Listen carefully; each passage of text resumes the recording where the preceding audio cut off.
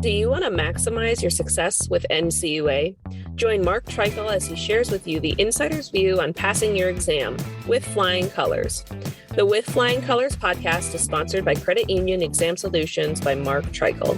If you would like to work directly with the Credit Union Exam Solutions team and receive support to optimize your results with NCUA so you save time and money, visit us at marktreichel.com to find out more.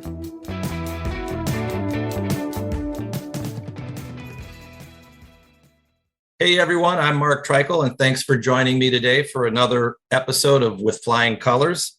Today I'm joined by a member of my team, Todd Miller, and we're going to discuss the role and elements of good policies. Todd, before we jump into the role and elements of good policies at credit unions, for those of you who may not have heard your past episodes or may not know you yet, could you give a little bit of your background? Sure. I was with NCUA from November of 1987 all the way to June of 2021 when I retired. It was a very enjoyable career. I enjoyed it a lot, learned a lot. I was at the various roles I filled during my career. I was examiner, of course, is what I started right out of college. I was a problem case officer. I spent 10 years as a regional capital market specialist. In the last 10 years of my career, I was the director of special actions in the Western region, dealing with troubled credit unions. Dealing with troubled credit unions, where you got to see some challenges, no doubt. It's interesting. So we had three jobs the same: examiner, problem case officer, and director of special actions. Also, I was on the West Coast. I guess it was your region, but the regions merged together.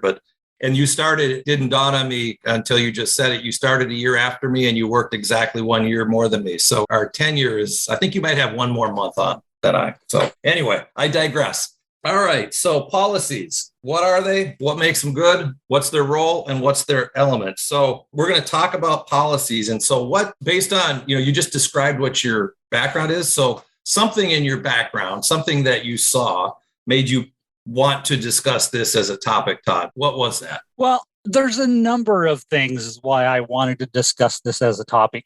If you go back and look at what we do, we help credit unions pass their exams. And of course, a lot of the exam issues are policy related. And underlying that is we expect boards to have the general direction and control of their credit union. And how do boards carry out their duties? Basically, they do that through their written policies. And secondarily, they also do it through their business plan and their strategic plan. Those are the two primary ways that boards kind of carry out their duties to have that general direction and control. We talked about, as a director of special actions, I dealt with troubled credit unions. Well, I also had 20 some years of dealing with what I would call very high performing credit unions as well. And there's some very consistent characteristics in these high performing credit unions. One, they have very strong corporate cultures, and its policies and strategic plans is how they build those corporate cultures and how they convey that to staff. I always thought it was very interesting in the high-performing credit unions. You could go way down to branch managers and tellers, sit in the lunchroom, talk to loan officers. Every employee in these high-performing credit unions was on the same page. They knew what was in the strategic plan. They knew what they were supposed to be doing. They knew why they were supposed to be doing it. They were all very efficient organizations. They all had very strong policies across the organization. And it's a characteristic of high-performing credit unions. Their staff know what they're supposed to be doing, why they're supposed to be doing it, how they're supposed to be doing it.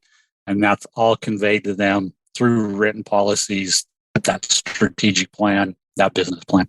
You reminded me of something one of my employees in Albany used to say, that the regional office ran itself. And it ran itself because it had good policies, procedures, and structure and corporate culture. And you get that when you have that all in place, you can just see how you can be a high performer. So that's a correlation to a regional office that applies to the credit union world as well.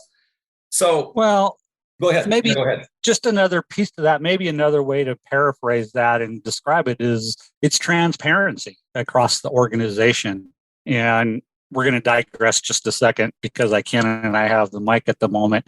But even if you look at my 35 years at NCUA, there are times when employee morale was better, higher, lower. I mean, it was generally good the entire time, but there was times when it was better. And those years when it was better than others, it was always years where NCUA was more transparent. The level of transparency from the top to the bottom was better. And I think NCUA over the years they've tried to improve that. They have that National Supervision Policy Manual now. And I think they actually work at being a more transparent organization over time. Yeah. And transparency goes to expectations. When you're transparent and people know what your expectations are, people always desire to achieve expectations. And if you have the structure in place, it allows everybody to excel. So great point. All right. So specific to policies, what exactly are we going to dig into today, Todd? Well, I think we'll break this down into kind of just 3 pieces. We'll talk about why you should have policies. I'll give you some just general thoughts on policies and how to execute them. And then last, and probably the most important piece, we'll talk about common elements to good policy. And I don't care if you're writing a policy that's related to personnel, a lending policy, an ALM policy, a compliance policy. Policies have some common elements. And if you make your policy statements consistent throughout the organization, you'll just end up with a more transparent and effective organization. And we'll talk about some of those common elements to a good policy statement. Very good. So, Todd, why does a credit union need to have a set of comprehensive policies, or said another way, even an individual policy that covers a particular specific topic? And what's the purpose of policies? There are many, many reasons for this, and I'm just going to list them. It's not going to be all inclusive. We could probably spend an hour going through just why you should have a good policy. There's always NCUA's hot button. Number 1, they're required by regulation. And if you go through the regulations, by regulation, credit unions have to have specific policies. They need a lending policy. They need an interest rate risk policy. They need a liquidity policy. Those are mandated by regulations. If they're into member business loans, they need a member business loan policy. If they're buying participations, the regulation requires they have a participation policy. So first off, they're required by regulation. Kind of a corollary to them being required by regulation is good policies ensure compliance with the law. There's a plethora of regulations out there that you have to follow, from hiring all the way to non-discrimination in your lending, everything in between. But another purpose of policy, just ensure your staff know what those legal requirements are and you comply with law. Policies are a good training tool.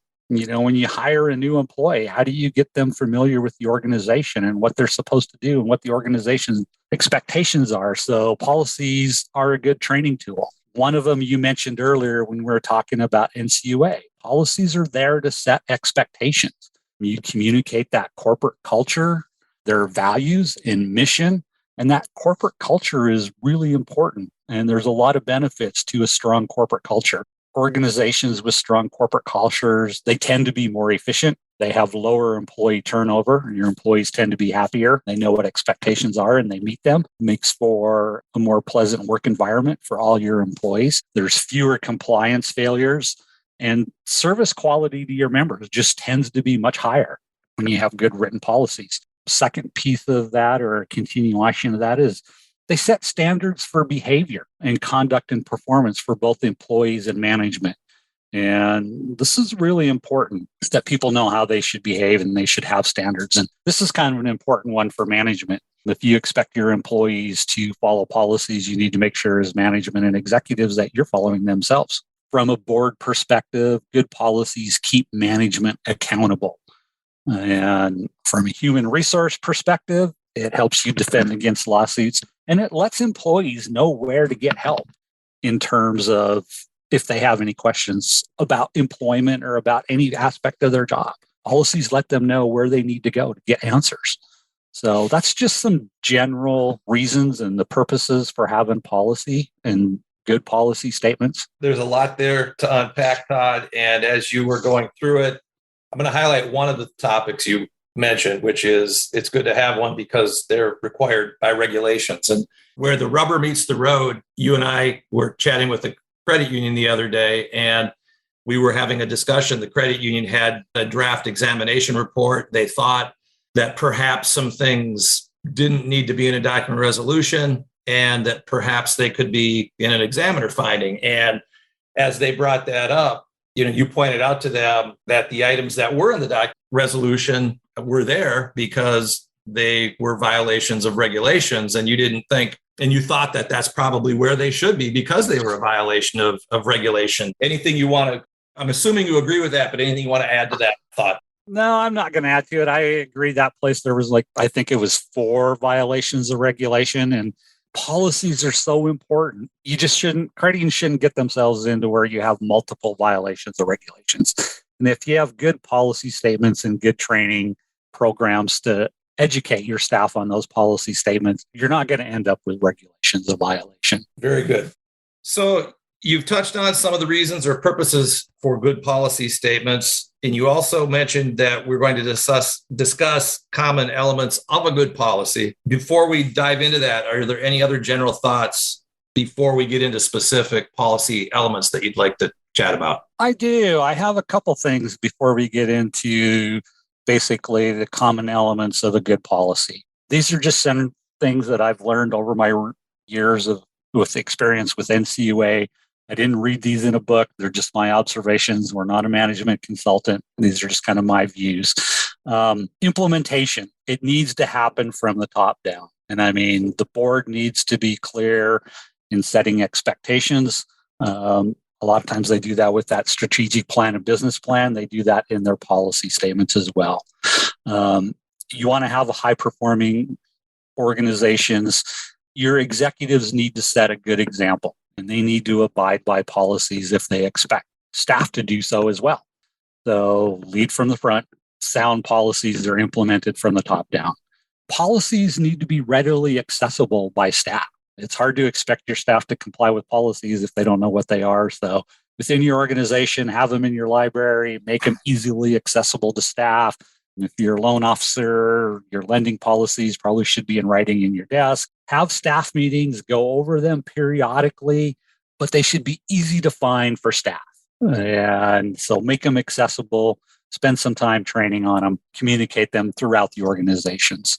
Policies need to be kept current. And we find this a lot with our clients and exam work, and organizations grow and their policies get outdated. They don't grow with the organization. So if you're going to have a good policy program, you should have review dates put in there. Let's look at these periodically. Let's make sure we keep them current. A new regulation comes out. Read the regulation. Is that consistent with current policies? They need to be kept current.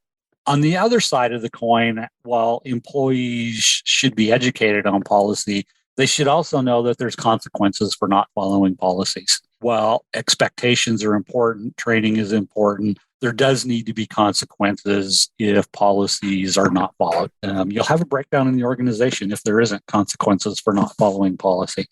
Policy exceptions should be documented and reported. A lot of people write policies, and you can never write a policy that's going to cover every situation that will come up with a member.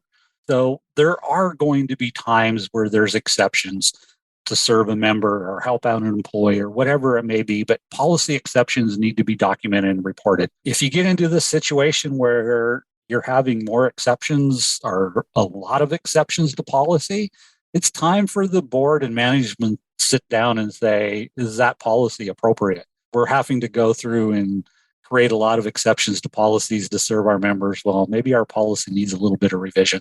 Todd, that last comment, you remind me of a line from a song, which is, it's a one-time thing. It just happens a lot. And if it happens too much, like you said, maybe it's time to reevaluate the policy. When the exception becomes the norm, let's tweak that. The other thing I want to say, when you talked about it coming from the top down, it reminded me of, the NCUA security system in the central office. This is kind of an abstract reference, but I would occasionally forget my badge and I would walk into work because I lived close to the office. And I remember the first time after I had been executive director and I forgot my badge and I had to the guard would let me in. And I saw in the look of his eye, it was like, well, Mark really needs to have me I need to escort him up the elevator. And before he even hesitated, I said, I know you need to come with me. I wanted to let him know that I was going to follow the rule. And when we got on the elevator and there were other folks in the building and they saw that I had to follow the rules as executive director, you can really set the tone at the top by every action you take in the credit union, whether it's policy or procedures. So I thought of that example when you started talking about the importance of compliance from the top. So, all right, with that background, let's get into what the key elements that are common to all policies. You mentioned interest rate risk. You mentioned liquidity. You mentioned commercial lending, if you got that. There are key elements that are going to be in every policy. Let's walk through that, Todd. I will. And this is the corporate culture thing, too. When you sit down and write your policies, you put all these elements in there, and it should be consistent how you write your policies across the organization. You just see that in high-performing credit unions. There's a format to these, but I'll go through what I see as some of the common policy elements that should be in any policy. If I kind of back it up, the way I would summarize it is your policy should really describe your risk management process in the organization. So, common policy element, purpose and objectives of the policy. Let's tell the organization and our staff, why do we have this policy and what are we trying to accomplish with this policy? Kind of the second common element that I would say that you'll find in good policy statements is they establish accountability. Who's responsible to identify, measure, monitor, control risk with respect to that area? And there will be some internal controls laid out within the policy. And this is part of the accountability. You separate risk taking from reporting. It's just good accountability. You separate the person who's making decisions from who's reporting on the outcomes. It's a good internal control. Another common element to good policies is the board will communicate its risk appetite within those policies. I'll call it a risk appetite statement. Just kind of some examples of things that fall under that whole category of risk appetite statements. You'll have organizational-wide balance sheet limits. Well, X% of net worth will go into commercial loans. X% of net worth will go into indirect loans. X% of net worth will be to grade D borrowers, C and D, subprime loans. You'll have interest rate risk limits. You'll have liquidity limits. Whatever the policy is dealing with, you'll have some balance sheet-wide limits. There should be limits on individual authority within a policy. Individuals at this level are authorized to do X. Individuals at this level are authorized to do Y. If we get to this point, it will take a committee or multiple people to approve that. There should be limits on individual authority.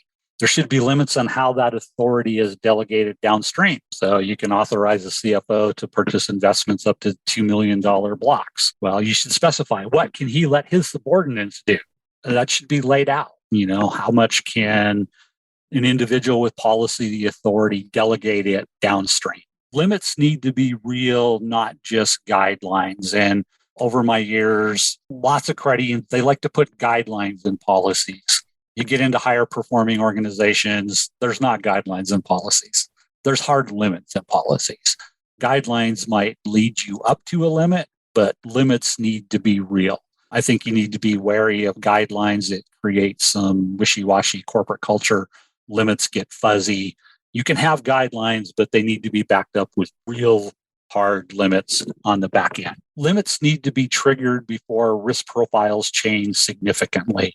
You'll see a lot of credit unions, a lot of organizations, they'll have the green, yellow, red thresholds as a way to point out policies. Hey, when we get to that yellow, let's slow down.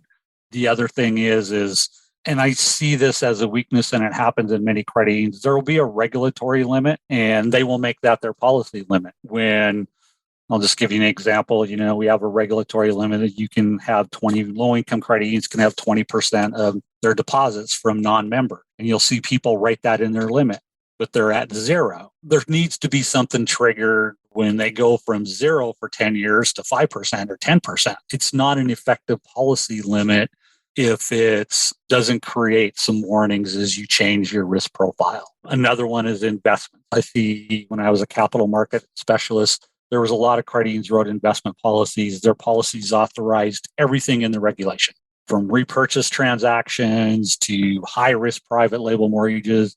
In a lot of cases, credit unions have never, ever bought those instruments. They will never, ever buy those instruments. They don't understand half of those instruments. Things like that should not be in your policy. Your policy should be real. They should reflect the risk appetite, and they should identify if your risk profile is changing along the way. So they should be unique. Those risk limits should be unique to each credit union. The next one is probably what I would call maybe one of the most important aspects of a sound policy. And that's a system of reports based on a risk assessment. Reporting, I'll summarize it this way. It needs to demonstrate management's compliance with policy. Or turn it around, management needs to demonstrate compliance with policy in all aspects of the reporting. So if you have a policy limit, there needs to be reports on that. You have early warning indicators within your policy. There needs to be reports on that. Now, reporting doesn't always mean every single thing goes to the board, but within the organization, there needs to be reporting to some level of responsibility. I'll just throw something out. A lot of credit unions are involved in indirect lending, for example. Most places track dealer delinquencies. There necessarily need to tell your board what the delinquency level is of every indirect dealer. They should know delinquency overall, maybe delinquency for an indirect lending program, but at a dealer level, they don't need to know that. But certainly your loan committee and your loan officers or chief lending officer, they should know what that delinquency is at a dealer level. That's a key risk indicator. So that reporting doesn't necessarily need to be the board level, but there needs to be a system of reports that provide your early warning indicators, a demonstration with our compliant, and demonstrate compliance with the credit union's risk appetite, whatever that might be. There should be reporting on risk limits. If you have organizational wide risk limits, there should be reporting on that. All those limits that are a percentage of net worth, I would argue those are limits that should be reported all the way to the board level. It's kind of interesting, and this is a little sidetrack, but I've seen several high-performing credit unions. They have a compliance report, and it's interesting where you see it in the board packet. In those high-performing credit unions, you see it close to the front. It's not on page 300.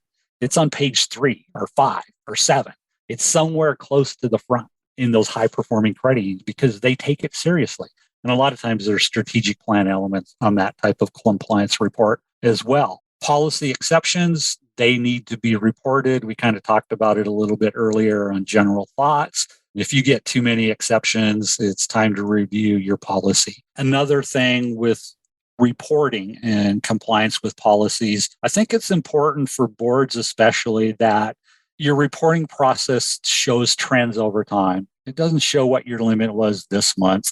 It shows where we're at this month. It shows where we were at last month, a quarter ago, a year ago, whatever the case may be. I think for boards, they have a huge amount of common sense and they might not be experts at any one thing.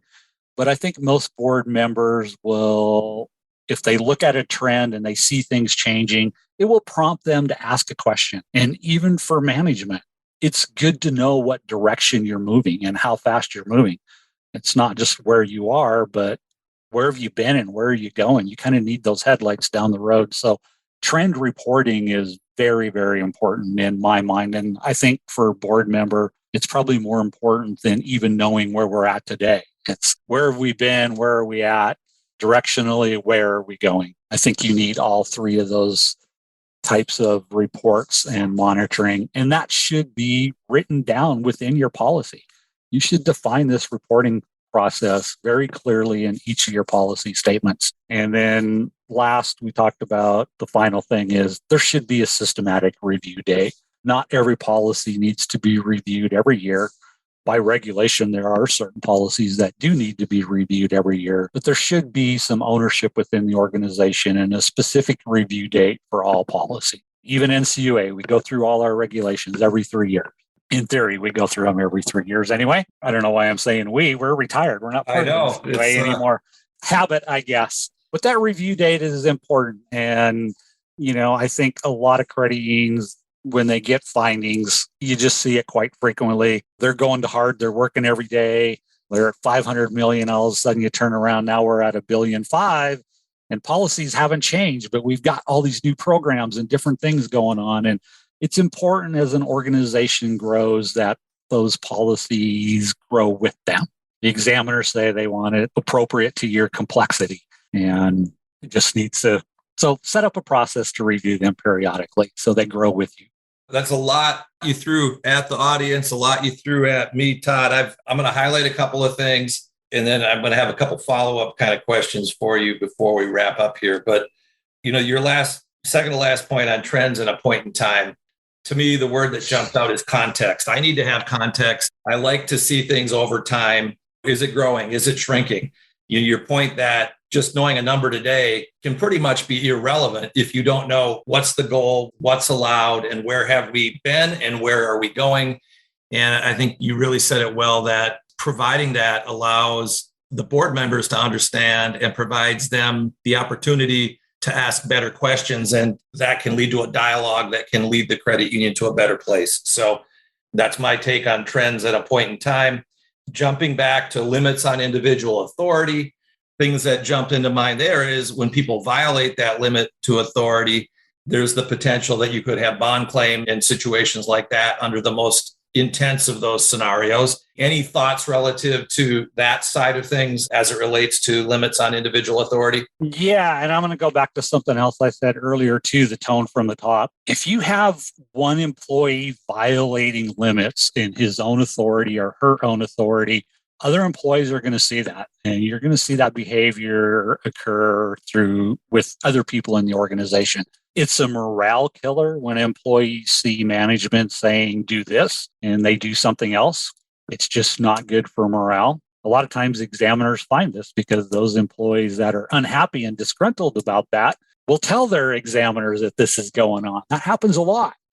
But yes, bond claims are never good. And one of the things I mentioned in my general thoughts, there needs to be consequences for not following policies. The system tends to break down if there's not consequences for not following policy, and individual limits are a key part of it. And I'll just say, in dealing with our troubled credit unions and some of the credit unions that NCUA has had to pay out insurance funds to resolve, at the heart of those, it seems too many times there's individuals who just started out with violating their individual policy limits, and it became a big problem that cost the insurance fund money. Well said. Well said. So this is a kind of a two-part question before we wrap up. As you were talking about board packages and what's included, what's excluded, I'm pretty sure in your mind, you have a feeling of what an optimal board package is. You know, when you and I are talking to different clients, or when we're working, trying to assist credit unions, oftentimes you'll say to me, I'd love to see the board package, because that provides you context to best understand what's happening at the credit union. So along with that, separately, you and I had chatted about there's probably going to be some future podcasts that come out of this podcast. Can you comment on either of those two statements I just made? Yeah, I just have a feeling Mark has shared a list of podcast ideas with a bunch of his staff and clients and other things. And I think you're going to see future podcasts potentially on individual policies rather than general elements, what should be in an interest rate policy or what should be in a business loan policy. I can see that coming. Board packages are an interesting thing. A couple times in my career, I'd sit down with groups of my own staff and say, hey, what should be in a good board package? And board packages are very interesting because there's things the board wants to know, and then there's things they need to know. And you can't necessarily make them read it every month, but I will go back to it's important that management and executives give the board all the information they need to know. And maybe they don't read it every month, but maybe they read it every 3 or 4 months or something of that nature. I think it would be very easy to spend a half a day sitting down with the board is what's in your board packet. And I think credit union board packets, a lot of times they evolve. The examiner says, put this in there, and they put it in there. And someone else says, this should be in your board packet. They add another sheet in there. And pretty soon this board packet is huge, and they've never really went back at any given point in time as they've grown and said, what needs to be in there? You know, certainly if the board wants to know something, you need to put it in. The rest of it, I would go back. Management needs to demonstrate compliance with policies and give them progress reports on that strategic plan. But board packages, it's a very interesting topic of what should be in there. And it reflects the nature of the credit union. And I'll just throw out an example. One of the problem credit unions I had at one point in my career, they were about $2 or $3 billion. We're sitting there. Of course, they ended up in special action. So they have negative earnings and all kinds of problems. And I think they had at that time 42 branches. In their cost accounting system, 31 of their branches were losing money. And my comment to the CEO is, don't you think your board members would maybe like to know that?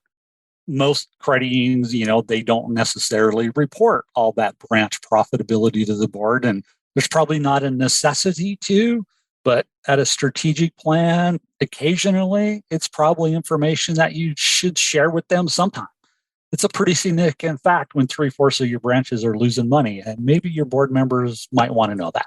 So it gets situational. If all 42 branches were making money, well, it probably wasn't something they would have needed to share with their board. So board packages are an interesting topic. When I was in RCMS and examiner, though, the first thing I would always do was I want to open a board packet. I would share it with every exam member on the team. In these high-performing credit unions that I mentioned, you can go through the board packet and you can pretty much figure out what they're trying to do and how they're doing it just from a single board packet. It's very transparent in these high-performing organizations, what's going on, and you can figure it out just looking at a board package. That's a good place to wrap. So the example of the branch offices, like you said, if more than half of them are losing money, that seems to fall into the category of the need to know. You said there's the want to know and there's the need to know. They need to know that so that they can take some actions to lead the credit union into the future. So another great episode, Todd. I appreciate you sharing your wisdom with the folks that will be listening. And that's it for today. I want to thank everybody who listened for their time. I'm Mark Treichel, and I hope you join us again next time for With Flying Colors.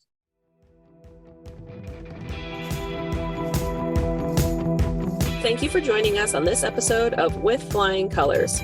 Subscribe on your favorite podcast app to hear future episodes where subject matter experts of all varieties will provide tips on how to achieve success with NCUA. If you would like to learn more about how we assist credit unions, check out our services at marktreichel.com.